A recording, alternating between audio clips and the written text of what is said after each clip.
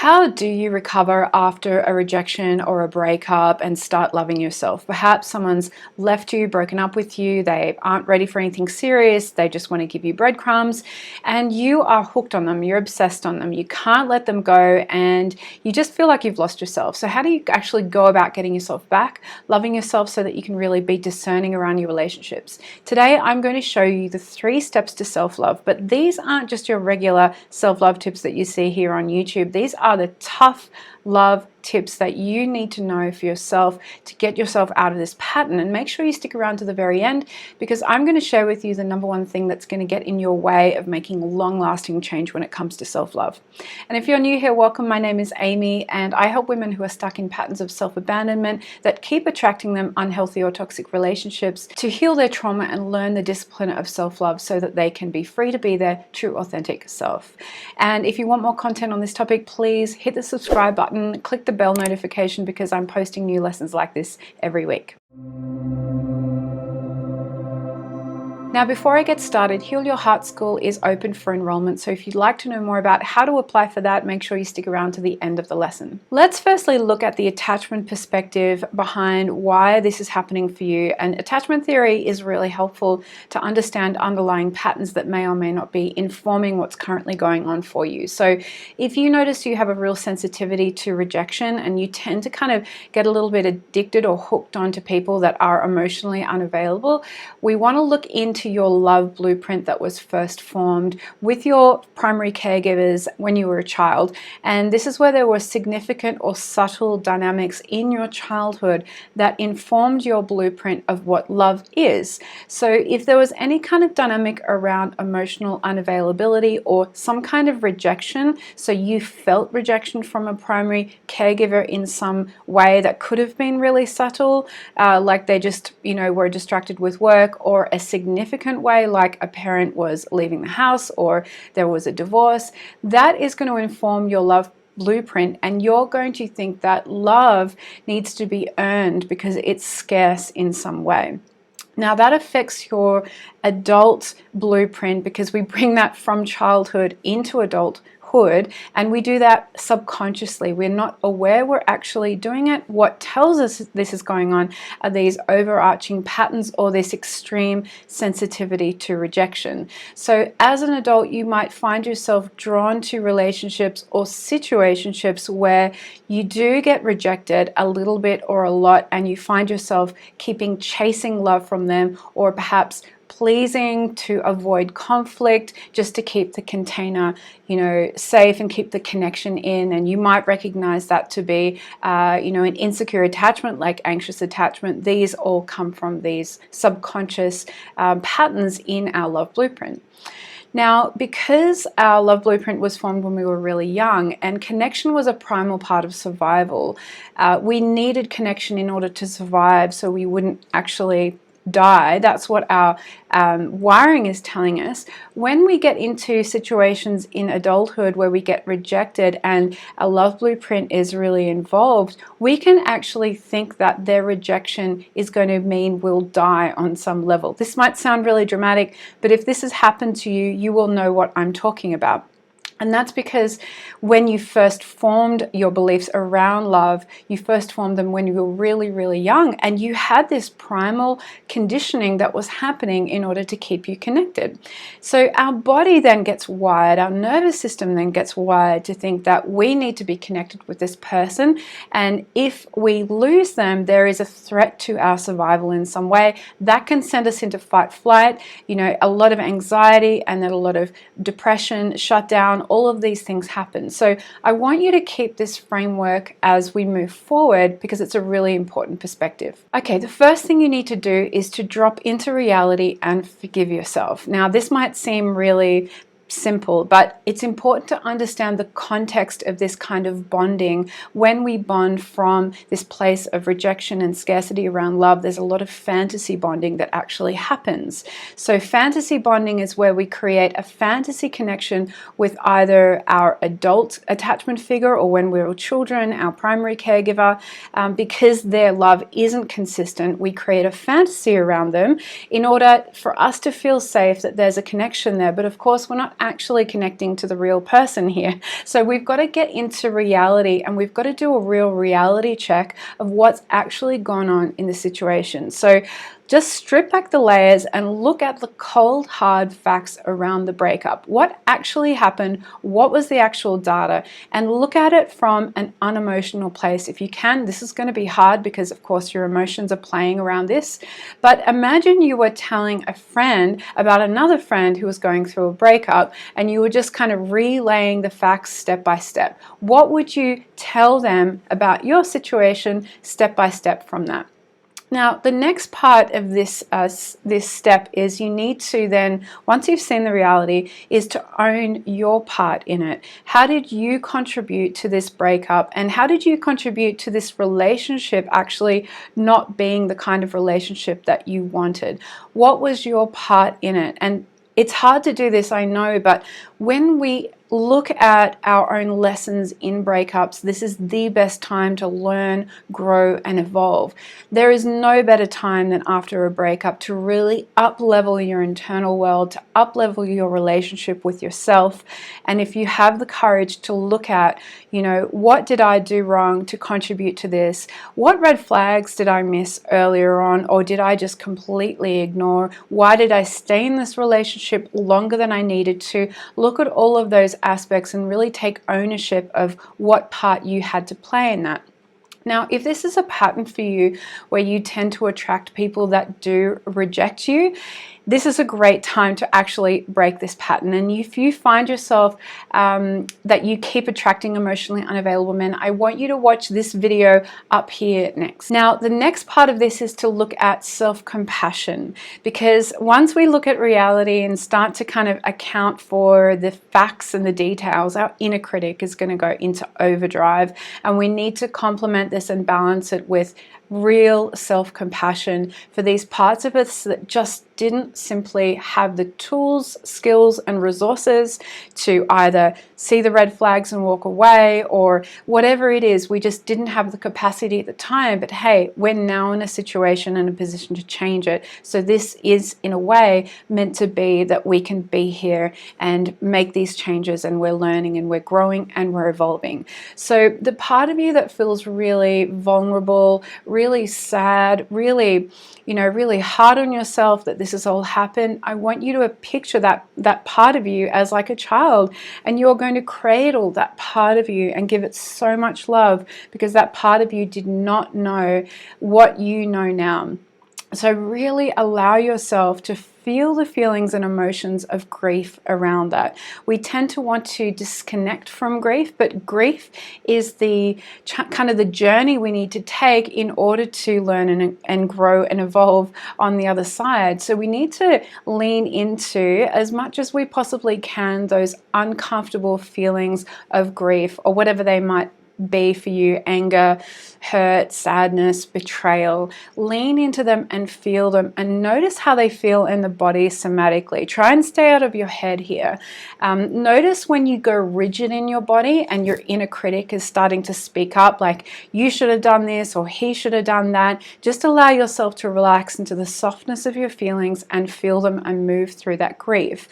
So when we notice when we're soft in the body somatically, that's when we know that we're actually allowing ourselves to move healthily through the process of grief and through the process of a breakup, and we're actually going to get our lessons out of it on the other side. So the second thing you need to do is to decide what you now stand for. We've taken stock of everything that's happened. We've dived into compassion with ourselves, but we now need to know what we stand for moving forward, because up until now, our old patterns and our old blueprint has been at the helm, and we want to be conscious about how we move forward in our life. So self-love is really about honoring what you stand for, what you align with, and then protecting that. So we'll talk about that now.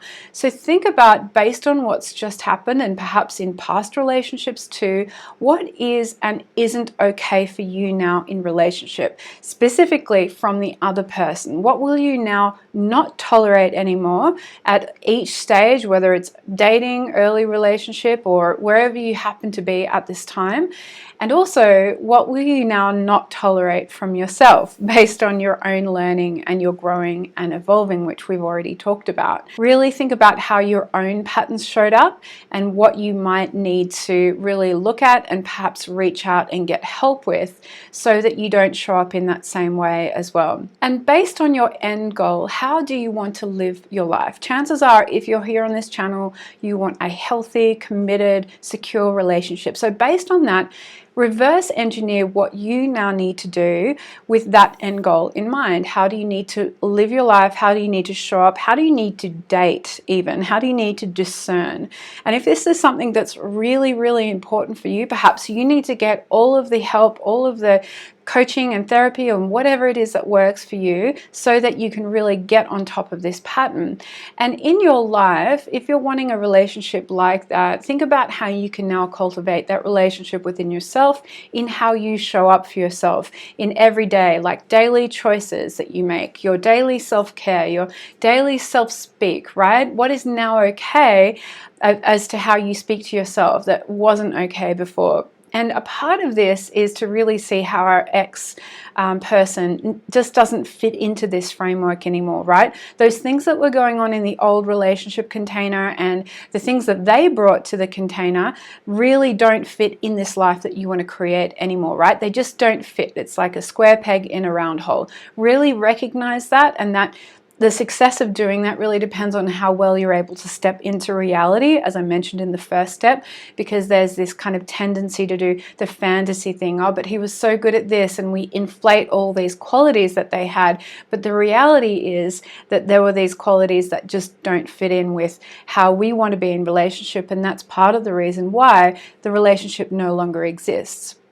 So also look out, there's always a first time in a relationship or first time in a situationship when you're dating someone that you knew it wasn't right, but you kind of ignored it. There was this little voice that was like, oh, that's going to be a problem for us, but you're like, oh, but everything else is so great. We push it down. We want to listen to that little voice. We want to allow that little voice to speak up, give her some space, give her, the microphone so that we can lean into this more wise part of us that is actually doing some discernment when we're meeting someone, when we're in relationship. We get a little bit too used to pushing that down because we do a little bit of fantasy bonding, but we also we have this natural positive projection going on, which is a natural part of all relationship and dating, dynamics. But we want to allow ourselves to cultivate that inner part of us that speaks up, that intuition. And the part of us that was kind of naive and was excited and was just going along for the ride, the part of us that ignored those red flags or ignored what was going on, that's the time for that part of us to just get quieter and for this wiser part of us to get louder. And one other part of this aspect is to make sure that you start setting boundaries in your life to protect what's going on within you and around you so that you can allow yourself to go through this healing process and allow yourself to really kind of cultivate this new life that you stand for. So think about how you need to be treated in your life by other people and also by yourself. Think about places and people that you need to start saying no to more so that you can really up-level what's going on for you. And if you struggle particularly with setting dating boundaries, I want you to watch this video next. Now, part of boundary setting is the need for us to protect the boundary we've set, because we'll set a boundary with someone and then they're going to try and push up against it, they're going to ignore it, they're going to disrespect us. So we actually have to reinforce a boundary that we've set. And a part of that is really identifying where in our life we know we don't want to be, the kinds of people we don't want to be with, right? That's just as important as knowing what is right for us. The last step in allowing us to move into self-love after a breakup or rejection is to reclaim our identity, because in that mirror of relationship, it's completely natural that we formed a certain identity with our ex, because we're actually wired as human beings to form our identity through the mirror of others, which is why our love blueprint in our early childhood, if we have emotionally unavailable or, kind of rejecting caregivers, our love blueprint can be formed in a way that really affects how we see ourselves. It's actually a form of self-esteem that gets distorted. So in your most recent relationship, recognize the fact that you saw yourself in a certain way in that mirror, and that mirror is now out of date. And if you've ever had like a toxic relationship or an unhealthy relationship where there was gaslighting or emotional abuse or anything like that, that mirror is the most distorted it will be, and your own self-esteem and your own self-reflection is going to be really, really affected by that. So reclaiming your identity is an important piece in the self-love journey, and a part of that is learning how to rewire how we seek validation, approval, and love, because we've been doing that in our relationships, needing that through other relationships. There's nothing wrong with that, with a healthy dose. If we try and get it too much, there might be a bit of a codependent dynamic going on. But when we kind of step out of a relationship and we are just really trying to work on ourselves, we want to look at ways we can get self-approval, self-validation, and self-love to keep that loop internal as much as we possibly can.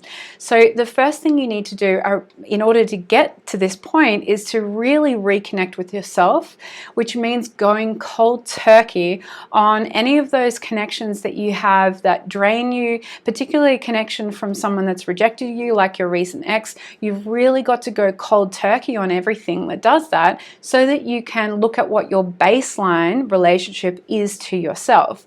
What does it look like? How does it exist without any of those other external influencing factors, right?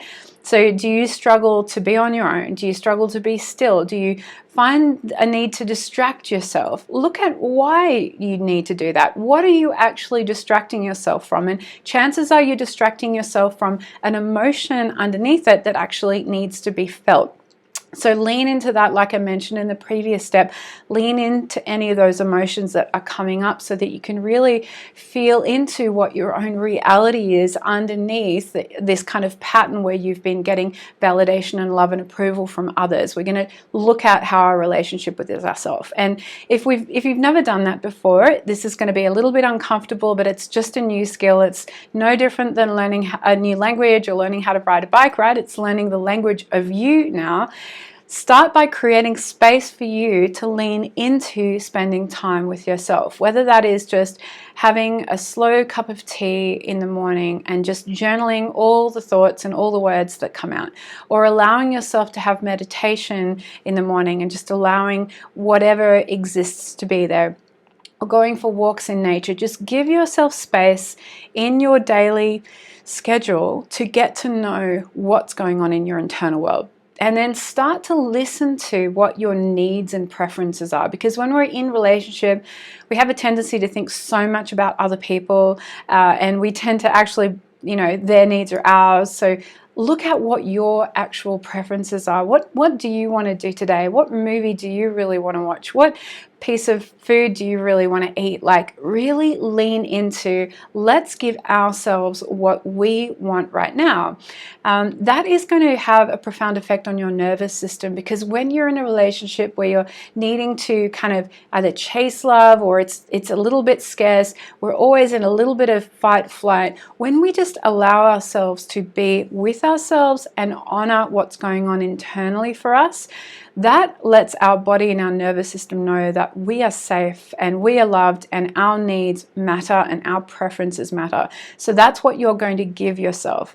Now, when you notice that anxious part of you that wants to reach out to your ex, right, that part of you that feels a little bit obsessive and a little bit out of control, that part of you needs self-soothing. You need self-hugs, you need self-talk. I'm safe, I'm worthy, I am whole.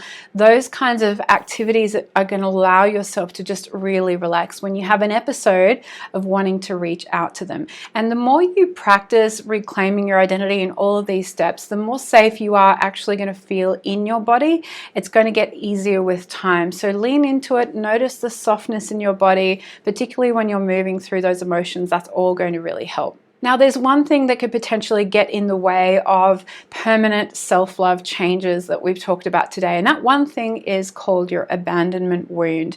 And this is a wound that we get when we experience rejection at a very early age, and then we experience rejection after rejection, and that might be in the form of relationships, friendships, career changes, whatever it is, whatever the body perceives rejection, that wound can build up, and we can kind of feel like we're on edge all the time, like someone's going to leave us at any moment, or the shoe's going to drop, or why haven't they texted us back. These are all signs that you have an abandonment wound that is open, and it needs healing. It needs deep inner child healing and parts healing, and we do that inside Heal Your Heart School.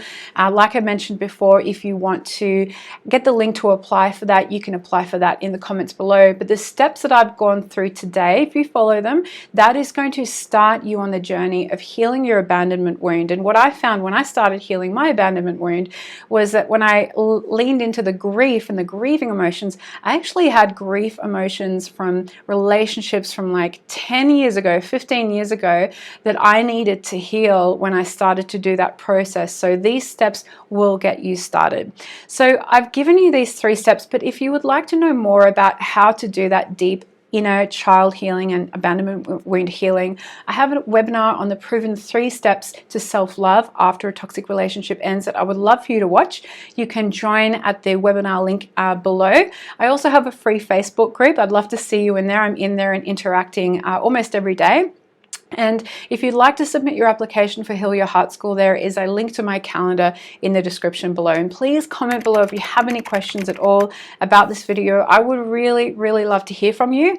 And here are some next step videos for you to watch so that you can move one step closer to embodying your true authentic self, free of all of those self-abandonment patterns. And I will see you in the next video.